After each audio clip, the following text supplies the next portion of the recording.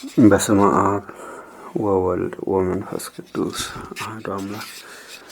መጋቢት 16 በዚች ቀን በእስክንድርያ ከተሾሙ አባቶች ሊቃነ ጳጳሳት 47ኛ የሆነ የእስክንድርያ ሊቀ ጳጳሳት የከበረ አባት አባ ሚካኤል አረፈ። ይህም አባት በአስቄጥስ በአባ መቃርስ ገዳም መንኩሶ በገድል ተጸምዶ ኖረ። ከእርሱ በፊት የነበረ ሊቀ ጳጳሳት አባ ቴዎድሮስ ባረፈ ጊዜ በላዩ የትንቢት መንፈስ ያደረበት አንድ ጻድቅ ሰው እስከሚያስረዳቸው ድረስ ኤጲስቆጶሳት ስብሰባ አድርገው ለዚች ሹመት ስለሚሻል ሲመክሩና ሲመረምሩ ብዙ ቀኖች ኖሩ። ከዚህም በኋላ ያ ሰው እኔ በአባ መቃርስ ገዳም በነበርኩ ጊዜ ስጸልይ የሊቀ ጵጵስና ሹመት ለሚካኤል ይገባዋል፣ ለዚች ሹመት የሚሻል እሱ ነውና የሚል ቃልን ከሰማይ ሰማሁ አላቸው። ሁሉም ስለ ትሩፋቱ ተናገሩ። ስለ እርሱም ተስማምተው ከገዳሙ ወደ እስክንድርያ ሊያመጡት ከምስር ገዥ ዘንድ ደብዳቤ አጽፈው ያዙ። ሊያመጡትም ሲሄዱ ስለ ገዳሙ አገልግሎት ከሽማግሎች መነኮሳት ጋር ወደ ጋዛ ከተማ ሲመጣ በመንገድ አገኙት። ይዘውም አሰሩት። ወስደውም በመስከረም ወር በ17 ሊቀ ጵጵስና ሾሙት። ያቺም ዕለት በጌታ ደም የከበረ መስቀል በዓሉ የሚከበርባት ናት። ይህም የሆነው ከዲዮቅልጥያኖስ ዘመን በኋላ የሐሚድ ልጅ አልሲድ በሚገዛበት ዘመን ነው። በሹመቱ ወራትም መርዋን አልጋዲነ ነገሰ። የእስክንድርያም ሀገር ሰዎች ከጥቂት ካፊያ በቀር ብዙ ዝናብ ሳይዘንብላቸው ብዙ ዓመታት ኖሩ። በዚያች እርሱ በተሾመባት ቀን በሁለተኛውም በሦስተኛውም ብዙ ዝናብ ዘንቦላቸው እጅግ ደስ አላቸው። በዚህም አባት ዘመን በክርስቲያን ወገኖች ላይ ታላቅ መከራ ደረሰ። ከምዕመናንም ብዙዎች ሸሹ። የክብር ባለቤት ክርስቶስን የካዱት ሰዎች ቁጥራቸው 24,000 ሆነ። ለዚህ ነገር ምክንያት የሆነውን ከእርሱ እግዚአብሔር እስካጠፋው ድረስ ይህ አባት ስለዚህ በታላቅ ሐዘን ውስጥ ነበረ። ዳግመኛም በዚህ አባት ዘመን ለመለካውያን ቆዝሞስ ሊቀ ጵጵስና ተሾሞ ሳለ የክብር ባለቤት ስለሆነ ስለ ክርስቶስ ተዋህዶ ከዚህ አባት ከአባ ሚካኤል ጋር ተከራክሮ ይህ አባት አባ ሚካኤል እንዳስረዳው አመነ። እንዲህም ብሎ በእጁ ጻፈ።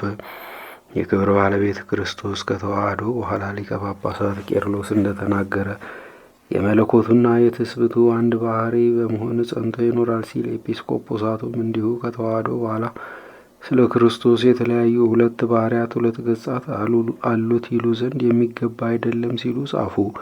ሐዋርያትም በሰበሰቧት በከበረች በአንዲት ቤተ ክርስቲያን ውስጥ በአንድነት ጸንተው ሊኖሩ ተስማሙ።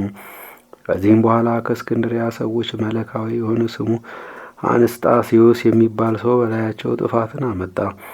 እርሱ ኤጲስቆጶስነት እንዲሾሙት ሽቶ አልሾሙትምና፣ ስለዚህ ወደ እስላሞች ንጉሥ ሄዶ በአባ ሚካኤል ነገር ሰራበት። ከአመፀኞች ነገስታትም ብዙ መከራ ደረሰበት። ጽኑ የሆነ ስቃይም አሰቃዩት። ብዙ ግርፋትም ገርፈው ለረጅም ጊዜ በእግር ብረት አሰሩት። አንገቱንም በሰይፍ ሊቆርጡ ወደ መኮንኑ አቅርበውት ነበረ። ስለ መንጋዎቹም ጥበቃ እግዚአብሔር አዳነው። ዳግመኛም በመርዋን አልጋዲ ዘመነ መንግስት የሙሴ ልጅ በሆነ በንጉሥ አገልጋይ አደባባይ በታላቅ ስቃይ አሰቃዩት። መኮንኑም ገንዘብ እንዲሰጠው ሽቶ ሊቀ ጳጳሳቱን አባ ሚካኤልን አሰረው። ሰዎችም መጥተው ዋስ ሆነው አወጡት። ምጽዋትም ጠይቆ ለመኮንኑ ብዙ ገንዘብ አምጥቶ እንዲሰጠው ወደ ላይኛው ግብጽ ወሰዱት። ይህ አባትም ወደ ላይኛው ግብጽ በሄደ ጊዜ በዚያ ብዙ ተአምራትን አድርጎ የክብር ባለቤት ክርስቶስን የካዱትን ምዕመናን ብዙዎቹን ወደ ቀናች ሃይማኖት መልሶ አስገባቸው። የኢትዮጵያ ንጉሥም ይህን አባት የእስላሞች መኳንንት እንዳሰቃዩት በሰማ ጊዜ ፍጹም ሐዘንንም አዘነ። መንፈሳዊ ቅናትንም ቀንቶ ወደ ግብጽ አገር ዘምቶ ከላይኛው ግብጽ ደረሰ። ከእርሱ ጋርም 100,000 ፈረሰኞች አርበኞች፣ 100,000 በበቅሎ የተቀመጡ አሁንም በገመል የተቀመጡ 100,000 አርበኞች ወታደሮች ነበሩ። ብዙ አገሮችንም አጠፉ፣ ብዙዎችንም ማረካቸው። የግብጽ ንጉሥም ይህ ሁሉ የሆነው ስለ ሊቀ ጳጳሳቱ ስለ አባ ሚካኤል እንደሆነ አውቆ ከስርዓቱ ፈጥኖ ፈታው፣ ታላቅ ክብርንም አከበረው። እንዲሁም የክርስቲያንን ወገኖች ሁሉ እጅግ አከበራቸው። በዚህም በኋላ ለኢትዮጵያ ንጉሥ ደብዳቤ ጽፎ ይልክ ዘንድ ወደ አገሩም እንዲመለስ ያዘው ዘንድ የግብጽ ንጉሥ ይህን አባት አባ ሚካኤልን ለመነው። ይህም አባት ወደ ኢትዮጵያ ንጉሥ እርሱንና መኳንንቱን መሳፍንቱንና ሰራዊቱን እየባረከና እየመረቀ ደብዳቤ ጽፎ ላከ። እንዲህም አለው፣ እነሆ በአንተ ምክንያት ከስራትና ከስቃይ ሁሉ እግዚአብሔር አድኖናልና አሁን ወደ አገርህ በሰላም በፍቅር ተመለስ። ስለ እኔና ስለ ክርስቲያን ወገኖች ሁሉ ስለ ደከምክ መልካም ዋጋህን እግዚአብሔር በመንግሥተ ሰማያት ይስጥህ።